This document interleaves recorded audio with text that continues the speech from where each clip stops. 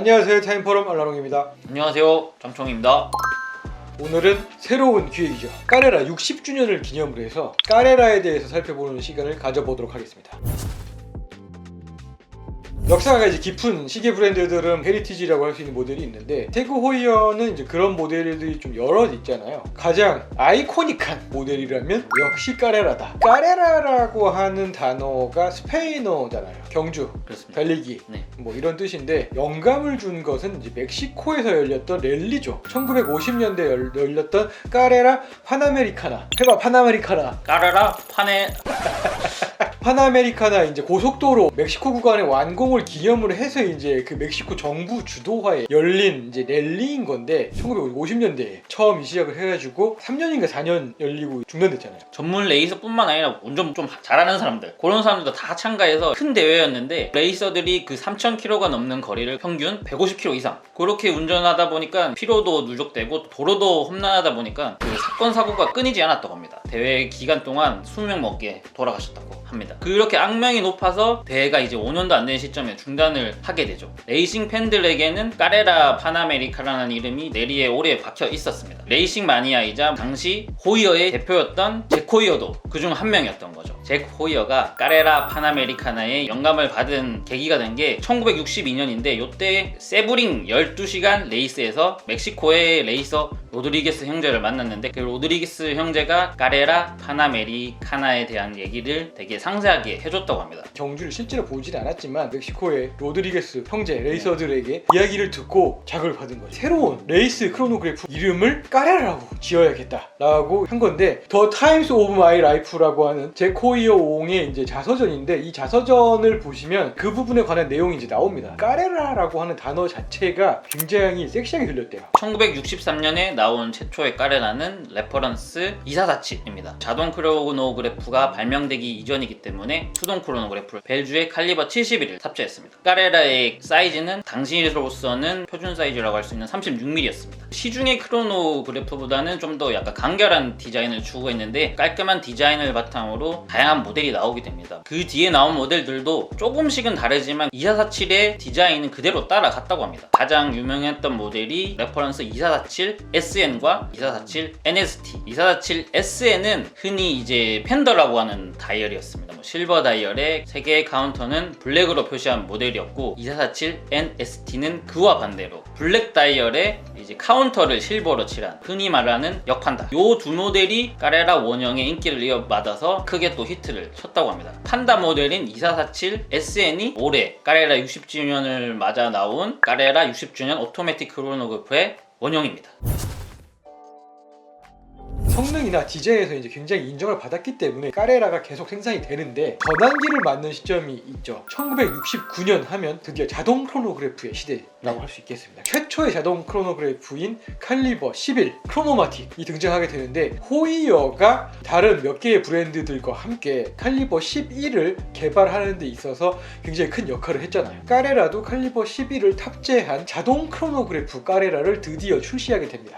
이제 까레라 11 같은 경우에는 개발 기간하고 제작 비용을 최소화하기 위해서 모듈 형태로 완성하게 됩니다. 크로노그래프 버튼은 이제 보통 우리가 이제 착용을 했을 때 오른쪽에 있고 크라운이 왼쪽에 가 있는 그런 형태를 보여줍니다. 그래서 이제 까레라도 자동 크로노그래프 버전은 이제 최초에는 그러한 형태를 가졌다라고 할 수 있겠습니다. 같이 개발했던 브랜드들의 합의에 따라서 크로노매틱이라고 이제 이름을 붙이기로 했는데 왜냐하면 크로노그래프 더하기 오토매틱이잖아요. 그렇죠. 결국에 나중에 풀어서 오토매틱 크로노그래프가 됩니다. 역사적인 칼리버 11을 탑재한 까레라의 시계는 레퍼런스 1153. 네. 호이어가 이제 칼리버 11을 개발하기 전에 1964년에 스위스 쌍띠미에 출신의 레오니다스라는 시계 조제사를 흡수를 합니다. 1970년에 호이어 레오니다스라는 이름으로 스위스 증권거래소에 상장을 하게 됩니다. 그때 이제 그거를 기념해서 호이어에서 만든 시계가 바로 레퍼런스 1158인데 레퍼런스 1153을 베이스로 골드로 만든 시계입니다. 샴페인 골드 다이얼에 1158 CH 그리고 실버 다이얼에 1158 S 골드 다이얼에 카운터를 이제 블랙으로 칠한 판다 버전의 1158 CHN 이렇게 나왔었는데 이 중에서 가장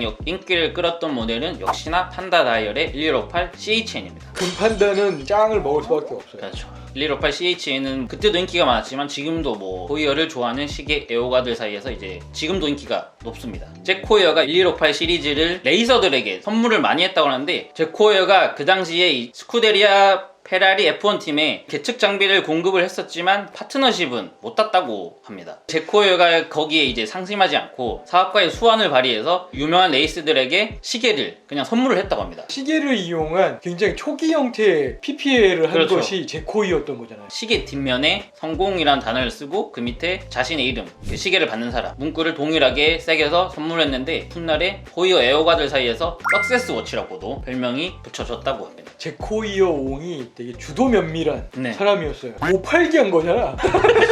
그래서 요 까레라는 뭐 당시 1970년대에 레이서뿐만 아니라 뭐 영화인 뮤지션들한테도 인기가 많았는데 롤링스톤스의 보컬 믹 제거 까레라 칼리버 1153을 평소에 즐겨 착용했다고 합니다. 이제 1969년에 자동 크로노그래프가 이제 처음 등장하긴 했는데 이때 또 굉장히 큰 사건이 있었잖아요. 일본에서 스위스 시계 산업에는 주적이었던 쿼츠가 나오면서 스위스 시계 산업이 큰 타격을 받게 되죠. 호이어라고 크게 다르진 않았어요. 1970년대 접어들면서 굉장히 어려운 시기를 겪다가 호이어를 인수해줄 회사가 나타나게 됩니다. 테크니컬 아방가르드, 이니셜을 따서 이제 태그라고 하는 회사인데 모터스포츠, F1의 엔진 같은 걸 만들어서 공급하는 회사였는데 호이어가 레이스와 관련된 그런 시계들을 계속 이제 만들다 보니까 아무래도 이제 이 회사를 인수를 하면 자기들의 이제 그 비즈니스와 시너지를 일으킬 수 있겠다라고 판단을 한 것 같아요. 1982년에 태그가 이제 호이어를 인수하면서 태그 호이어가 됐는데 잭 호이어 대표작인 까레라는 1984년 이후로 생산을 멈췄습니다. 태그 호이어가 되면서 F1의 이제 공식 타임키퍼로도 활약을 했고 F1과의 연관성이 이제 강해지면서 첨단 시계들을 만들기 시작해요. 지금의 포뮬러 1 같은 쿼츠 무브먼트를 탑재하고 유리 섬유 케이스, 현란한 케이스 색깔을 가진 시계를 이제 내보내면서 까레라는 조금 이제 올드하다라고 생각하지 않았나 잠깐 이제 단종이 됐다가 1996년에 이제 까레라 다시 부활하게 되죠. 최초의 까레라인 레퍼런스 2447의 다이얼 컬러만 좀 바꿔서 현대적으로 재해석한 모습을 나는데 수동과 자동이 두 개가 나왔었습니다. 수동은 이제 르마니아의 무브먼트를 탑재했었고 자동은 예타의 크로노그래프를 탑재했었습니다. LVMH 그룹에 이제 태그 호이어가 들어가면서 과거와 달리 조금 이제 다른 모습을 보여주는데 태그 호이어가 가진 헤리티지라고 할 수 있는 것은 모터스포츠와 레이스 크로노그래프, 계측이잖아요. 계측과 관련된 기능을 2000년대 초반에 이제 굉장히 다양한 방식을 보여준 적이 있습니다. 2010년대부터는 기술적으로 향상된 모습을 보여줍니다. 2010년에는 브랜드의 첫 자동 인하우스 크로노그래프인 1887을 선보였고 이듬해는 1000분의 1초까지 측정이 가능한 까레라 마이크로 타이머 플라잉 1000 2012년에는 요걸 또 한 번 뛰어넘습니다. 2000분의 1초까지 측정 가능한 마이크로 거더를 만들게 됩니다. 2015년부터 까레라의 이제 코어 라인이 변화가 일어나게 되잖아요. 자동 인하우스 칼리버 1887 베이스로 스켈레톤 가공한 호이어 01이 등장하게 됩니다. 그리고 2년 뒤에는 호이어 01을 베이스로 파워 리저브를 80시간까지 끌어올린 지금의 호이어 02가 등장하게 되는 거죠. 현재 이제 까레나 라인업을 다양한 다이얼이나 스켈레톤 가공이나 까레나 크로노그래프가 중심에 서 있고 크로노그래프 1세기면 좀 어떻게 보면 좀 기능적으로 단조롭잖아요. 또 어떤 분들은 까레라의 역사와는 또 무관하게 까레라 시계에 대한 디자인이 좋아서 심플한 시계가 좋아 3레인지 데이트 모델이 그런 수요를 위해서 등장하게 되었고 GMT 기능도 있잖아요. 뚜루비용을 3천만 원대에 그것도 이제 크로노그래프와 함께 경험할 수 있는 이제 그런 굉장히 파격적인 모델도 선보이고 있고요. 다른 분야와의 이제 협업도 적극적이잖아요. 태그 호이어는 2018년에 이제 스트릿 패션 브랜드인 프레그먼트와의 협업을 통해서 까레라 호이어 02 프레그먼트 에디션을 선보였고 이듬해부터는 이제 드디어 태그 호이어가 까레라라는 같은 이름을 공유하는 포르쉐와 협업을 하게 됩니다. 그러면서 이제 태그 호이어가 이제 그 이후로 까레라 포르쉐 에디션을 여러 개를 지금까지 선보여오고 있습니다. 포르쉐 차주 형들은 이만큼 사야 돼요, 진짜. 올해 드디어 까레라 60주년을 맞아서 오늘 살펴볼 까레라 60주년 오토매틱 크로노그래프를 선보이게 된 거죠. 박수.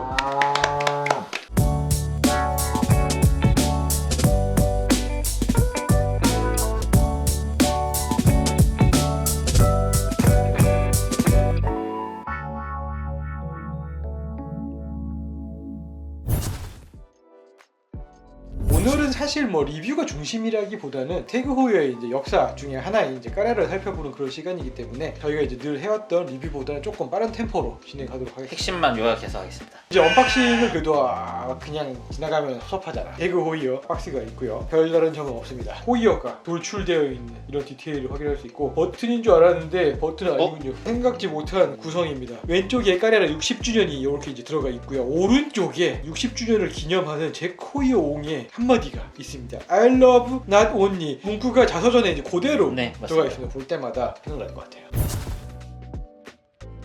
다이얼은 실버고요. 카운터는 검정색입니다. 밴더 다이얼. 카운터 배치는 3시, 6시, 9시에 트라이 컴팩스 구성을 하고 있고 레퍼런스 2447 SAN이 가지고 있던 컬러 배합을 그대로 재현을 했습니다. 빈티지 모델은 이제 재구성하다 보니까 베이지색 야광을 사용을 해서 트리핑 야광이 이제 빛이 바랜 듯한 그런 효과를 내고 있고 6시 카운터에 보면 스위스라는 문구가 있어요. 요거까지 깨알같이 재현했는데 오리지널에서는 T와 스위스를 동시에 표기했는데 과거에는 이제 야광 물질로 트리튬을 사용했기 때문에 그렇게 표시했고 현대에 들어서 이제 이 60주년 모델은 이제 트리튬을 사용하지 않고 그 슈퍼 루미노바 야광 물질을 사용했기 때문에 T 문구를 뺐습니다.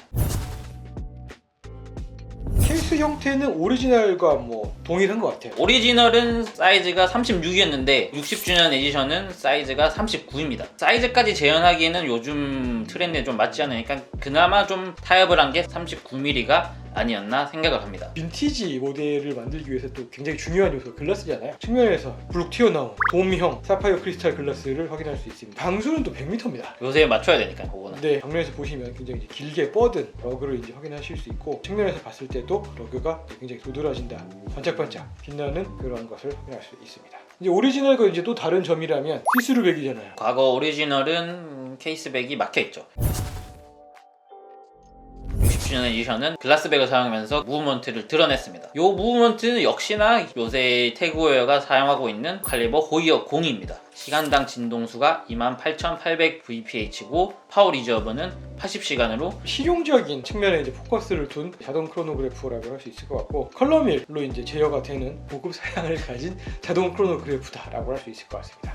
한번 제가 조작을 해보겠습니다. 100m 방수이긴 한데 스크류다운 크라운은 아니고 바로 와인딩이 되는 그런 방식입니다. 포지션 0에서 지금 제가 돌리고 있는데 이게 와인딩이 되는지 안 되는지 모를 정도로 느낌이 없어요. 그냥 툭툭 돌아갑니다. 한 칸 더 당기면 크라운 포지션 1이 되면서 6시 방향에 초침이 멈추게 됩니다. 그리고 시간 조정을 할 수 있게 되는데 시계 반대 방향으로 돌리면 열들이 움직이기 시작을 하고요. 와인딩하는 느낌하고 좀 유사합니다. 비교적 가벼운 편으로 조작을 할 수 있고 크로노그래프니까 작동 안 해볼 수 없죠. 2시 방향에 푸시 버튼을 누르면 약간 묵직하네요. 크로노그래프 반대 움직이기 시작하고요. 한 번 더 누르면 정지하는데 스톱할 때 상대적으로 가볍습니다. 리셋은 스타트 스톱의 중간 정도의 느낌입니다. 컬러미를 사용했을 때 이제 이 푸시 버튼을 누르는 압력의 차이가 캔 방식에 비해서 좀 적잖아요. 네. 그런 장점이 이 조작기에서 이제 드러난다라고 할 수 있을 것 같습니다. 또 이 호이어 02는 원래 날짜창이 있는 무브먼트인데 과거에 원형을 재현한 모델이기 때문에 날짜창은 이제 특별히 뺐습니다. 태그웨어가 이런 이제 복각 에디션을 만들 때 자주 활용하는 방식이긴 합니다.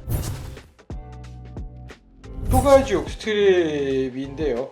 슈렁큰 가죽입니다. 약간 이제 주름이 진 그런 가죽이고 레이싱 글러브에서 영감을 받아서 그 스트랩 이제 위쪽 부분에 펀칭 디테일이라고 하는 구멍을 이제 뚫어 놓은 게 레이싱 시계에서 이제 흔히 사용하는 스트랩인 거죠. 탱버클인데 호이어의 과거 로고 들어가 있고 케이스와 마찬가지로 반짝거리는 폴리시드 가공이 되어 있습니다. 요거 보통 이제 태그웨어에서 가죽 스트랩을 사용하면 폴딩 버클을 많이 사용하긴 합니다. 탱 버클이 좀 의외인데 과거의 오리지널을 재현한 것이라고 할 수 있습니다.